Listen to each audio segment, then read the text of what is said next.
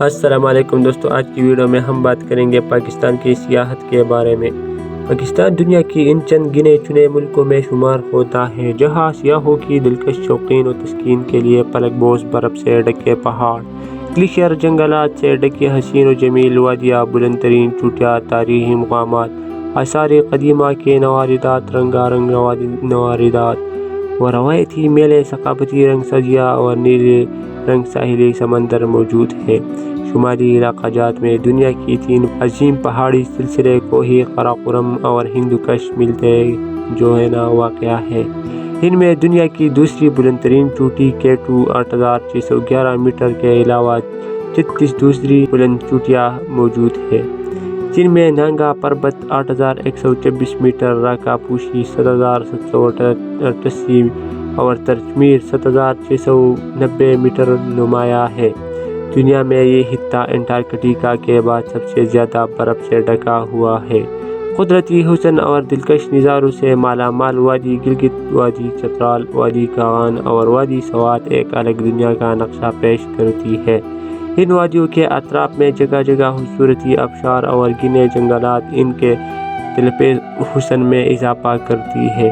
برف پوش چوٹیاں موسم گرما کے ہنسی اڑتی ہے محسوس ہوتی ہے۔ وادی خنزا، عطا آباد جھیل اور ست پارہ جھیل گلگت بلتستان کے قابل دید مقامات میں ہے۔ وادی چترال میں بڑے قلعے اور کیلاش وادیاں اہم سیاحت مقامات ہیں۔ گرم چشمہ میں گندک کے گرم پانی کے چشمے جلدی بیماریوں کے شفا کے لیے دنیا بھر میں مشہور ہے۔ وادی سوات میں سفید محل، مرغزار، بحرین نمایاں، کالام، مالم جبہ، مدین اور ماہوڈن قابل دید مقامات ہیں۔ وادی کاغان خشک منظر جھیلوں اور آبشاروں کے لیے مشہور ہے۔ شوگرا، ناران اور جھیل یوسف الملوک یہاں کے اہم سیاحت مقامات ہیں۔ ملکہ کوہ سماری مری اور گلیات کے تازہ اور فروغ بخش ہوا گرمی کے ستائے ہوئے سیاحوں کو تر و تازہ کر دیتی ہے۔ نتیا گلی، ڈونگا گلی، ایبوبا، گوڑا گلی، ٹنڈیانی اور بورو بن یہاں کے اہم تفریحی مقامات ہیں، جو اپنی فطرتی حسن اور مسحور کن نظاروں کے لیے اپنی مثال آپ ہے۔ شندور میں دنیا کا بلند ترین پولو گراؤنڈ واقع ہے، جہاں ہر سال شندور پولو کمپٹیشن منعقد ہوتا ہے۔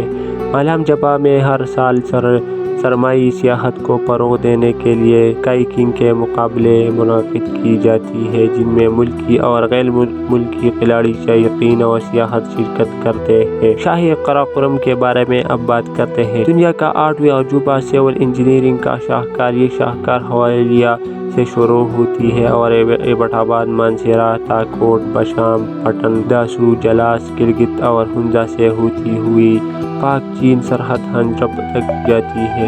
اسے 15 سال کے عرصے میں پاکستان آرمی کے جوانوں اور چینی ماہرین نے انتہائی دشوار گزاری اور سنگلاخ چٹانوں کو کاٹ کر تعمیر کیا ہے۔ اس پر سفر کرنا تاریخ کو دہرانا ہے، کیونکہ یہ قدیم اور اہم تجارتی شاہراہ بشریم کی جگہ بنائی گئی ہے۔ سی پیک منصوبہ کے تحت چین اور پاکستان کے مابین بڑھتے ہوئے تجارتی روابط کے پیش نظر شاہی قراقرم کو مزید ترقی دینے اور پاکستان موٹر وے سے منسلک کرنے کے لیے ایکسپریس وے تعمیر کیا گیا ہے۔ شاہراہ قراقرم پر سفر کرتے ہوئے مانسیرا سے ایک سڑک کو مڑ جاتی ہے، جو بالا کوٹ اور ناران سے ہوتی ہوئی وادی کاغان کو جاتی ہے۔ ان خوبصورت مقامات کے علاوہ پاکستان کے شہر بھی اپنے دامن میں سیاحوں کے لیے گوناگون دلچسپیوں کے سامان کے لیے ہوتے ہوئے ہیں۔ سیاحت کا فروغ: پاکستان میں سیاحوں کے اپنے ذوق کے مطابق سب کچھ موجود ہے۔ ضرورت اس امر کی ہے کہ قومی مفاد کو مدنظر رکھتے ہوئے سیاحت کو زیادہ سے زیادہ فروغ دیا جائے۔ ملکی و غیر ملکی سیاحوں کو راغب کرنے کے لیے ابلاغ عام سے زیادہ کام لیا جائے۔ اس سلسلے میں خصوصاً ٹیلی ویژن اور بیرونی ممالک میں ہمارے سفارت خانے اہم کردار ادا کر سکتے ہیں۔ پاکستانی سفارت خانے غیر ملکی سیاحوں کو زیادہ سے زیادہ معلومات فراہم کریں اور ویزے کی پابندیاں نرم کی جائے۔ سیاحی سیاحتی مقامات کی طرف جانے والی سڑکوں کی حالات بہتر بنائی جائے، ملک کے اندر امن و امان قائم کیا جائے تاکہ سیاحوں میں عدم تحفظ کا احساس ختم اور سیاحت کو فروغ ملے۔ دوستو آج کی ویڈیو میں ہم نے اس لیے بنائی کہ